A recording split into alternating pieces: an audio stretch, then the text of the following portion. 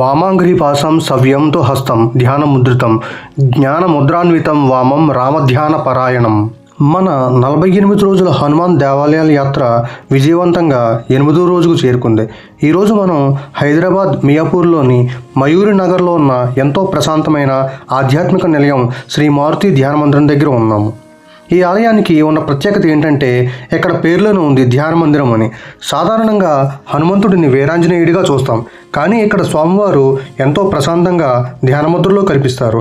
రద్దీగా ఉండే city life మధ్యలో కాసేపు ఇక్కడ కూర్చుంటే మనసుకు ఎంతో ప్రశాంతత దక్కుతుంది. ఈ ఆలయ ప్రాంగణంలో శనివారం రోజున విశేష పూజలు జరుగుతూ ఉంటాయి. హనుమాన్ చాలీసా పారాయణ చేయడానికి, ధ్యానం చేసుకోవడానికి ఈ మారుతి మందిరం ఒక అద్భుతమైన ప్రదేశం.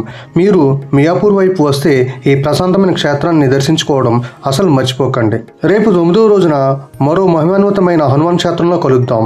ఈ యాత్రలో మీరు భాగస్వాములు అవ్వాలనుకుంటే మన ఛానల్ని ఇప్పుడే సబ్స్క్రైబ్ చేసుకోండి. జై శ్రీరామ్, జై జై హనుమాన్.